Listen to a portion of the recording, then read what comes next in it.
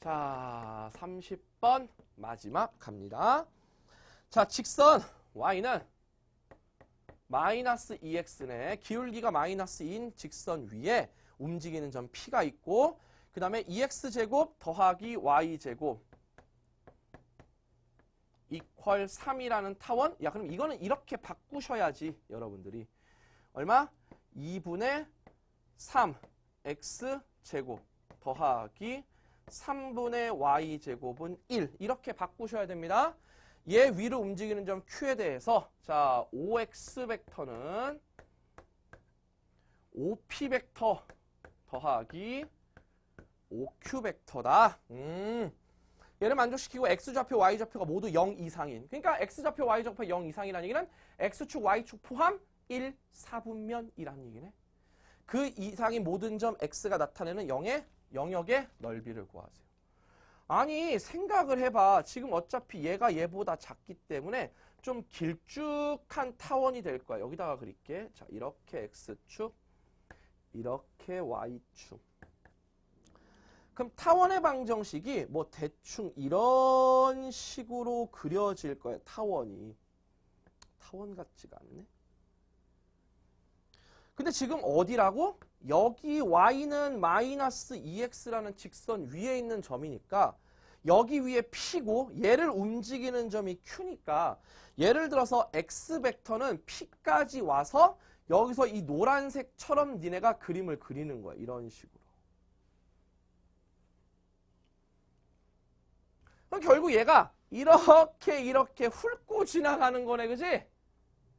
얘가 p 위에 그러니까 이 y는 마이너스 2x 위에 p점이니까 여기를 움직이는 거야. 그럴 때 얘가 움직이고 훑고 지나가는 점들 중에서 어디? 1, 4분면이야. 그러면 끝났네.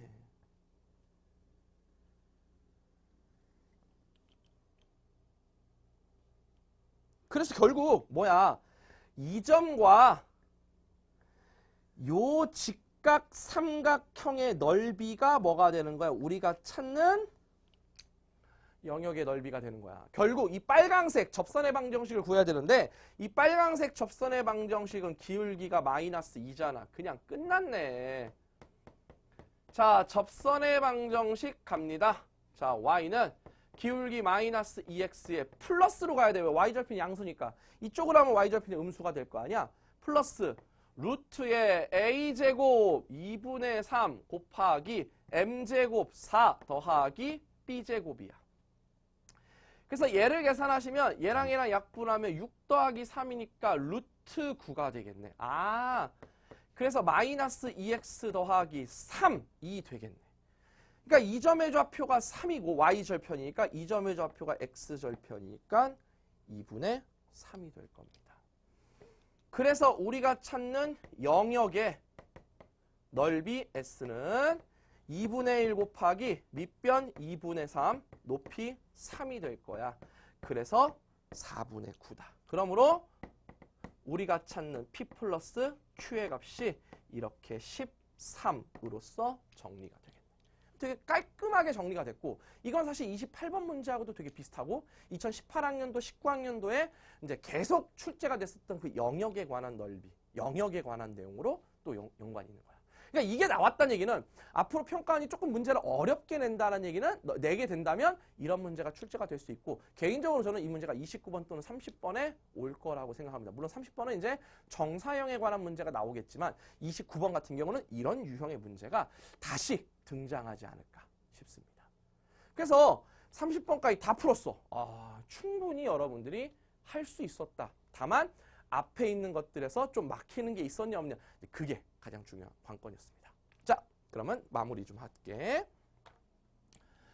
자, 우리가 시험을 보느라 정말 고생을 많으신 것 같아. 근데 상대적으로 우리가 이제 평면 벡터까지만 시험 범위였었기 때문에 내적에 관한 문제도 아까 28번 말고 다른 문제처럼 되게 복잡한 문제가 출제가 되진 않았다. 그러나 이제 28번이나 30번 문제가 이제 슬슬 나오는 걸 보니까 아, 내적에 관한 것도 9월 평가원 이후부터는 굉장히 조금 까다롭게 출제될 가능성이 있다. 그러니까 지금 범위가 되게 적고 문제가 의외로 조금 쉽게 출제가 됐다라고 해도 여러분들이 방심하지 말고 우리가 항상 해왔던 대로 2차 곡선은 정의하고 접선의 방정식 당연히 알아야 되고 지금 30번 딱 풀었을 때 접선의 방정식 바로 적용했죠. 그 다음에 벡터 같은 경우는 내적에서는 최대 최소에 관한 문제가 반드시 나올 겁니다. 근데 지금 최대 최소가 점의 좌표의 최대 최소로 출제가 되는 것도 있었기 때문에 의외로 쉽게 풀어줬겠지만 실제로 나중에 앞으로 9월 이후에 나오는 문제에서는 조금 더 어려워질 가능성도 있다. 그렇기 때문에 우리가 과거에 나왔던 2022학년도 그 다음에 2023학년도 나왔던 6월 평가원과 9월 평가원 수능 이러한 기출에 대한 경향을 다시 한번 여러분들이 복습하시면서 정리를 해주셔야 될 것 같습니다. 그래야지 기하도 기왕 선택해서 공부하는 거 점수 잘 나오면 좋잖아. 그러니까 여러분들이 딱 6개나 5개만 맞을래 라는 사고방식은 좀 버리시고 하루에 한 30분 정도만 투자하면 됩니다. 그럼 나머지 시간 어디다 투자해야 돼? 공통과목에 투자하셔야 됩니다. 이번에 공통과목이 굉장히 난이도가 막 어렵고 그런 거라기보다는 굉장히 좀 혼돈을 좀 많이 줬다라고 총평해서 말씀드렸죠. 그럼 그 혼란, 혼돈, 당황스러움 이런 것들을 시험 볼 때 좀 절제하고 컨트롤하기 위해서는 문제를 딱 보자마자 아는 문제, 모르는 문제가 아니라 이 문제를 읽으면서 해석해서 문제를 풀어나가는 그런 훈련을 하셔야 되는 게 가장 중요한 키포인트다라고 말씀드릴 수 있겠습니다. 됐나요? 자, 그러면 선생님은 여기까지만 하도록 하겠습니다. 이제 6월 평가 이후에 한 달에서 한 달, 한 10일 정도 있으면 이제 7월 모의고사가 있죠. 선생님은 그 7월 모의고사 보고 나서 다시 돌아올 테니까 남은 한 달에서 한 달 반 정도 준비 잘 하셔서 6월 달에 못했던 부분을 보완해서 7월에 좀 더 좋은 결과를 얻으셨으면 좋겠습니다. 우리는 7월에 보도록 하겠습니다. 오늘은 여기까지만 하도록 하겠습니다. 시험 보시느라 고생 많으셨습니다.